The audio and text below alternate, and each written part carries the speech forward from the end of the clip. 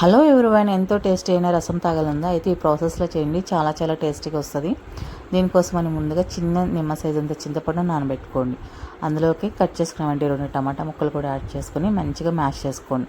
ఇందులోకి 1 స్పూను రసం పొడి, అలానే దంచి పెట్టుకున్నవంటి ఒక 10 నుంచి 15 మిరియాలు, చిన్న అల్లం ముక్క, 4-5 వెల్లుల్లి రెమ్మలు వేసుకుని ఇలా దంచుకొని అదొక స్పూన్ యాడ్ చేసుకోండి. అలాగే ఉడికించుకున్నటువంటి కందిపప్పు 1 స్పూను, 4-5 ఎండుమిర్చి, 1 లీటర్ వరకు వాటర్ యాడ్ చేసుకుని కొంచెం కొత్తిమీర, కరివేపాకు కూడా వేసుకుని స్టవ్ మీద పెట్టుకుని బాగా మరగబెట్టండి. రసం పొడి అన్నా కదా, అది నేను కందిపప్పు, అలాగే పచ్చెనపప్పు, మిరియాలు, జీలకర్ర, ధనియాలు, కొన్ని మెంతులు, కొన్ని ఎండుమిరగాయలు వేసుకుని రెడీ చేసుకుని పెట్టుకుంటానమాట.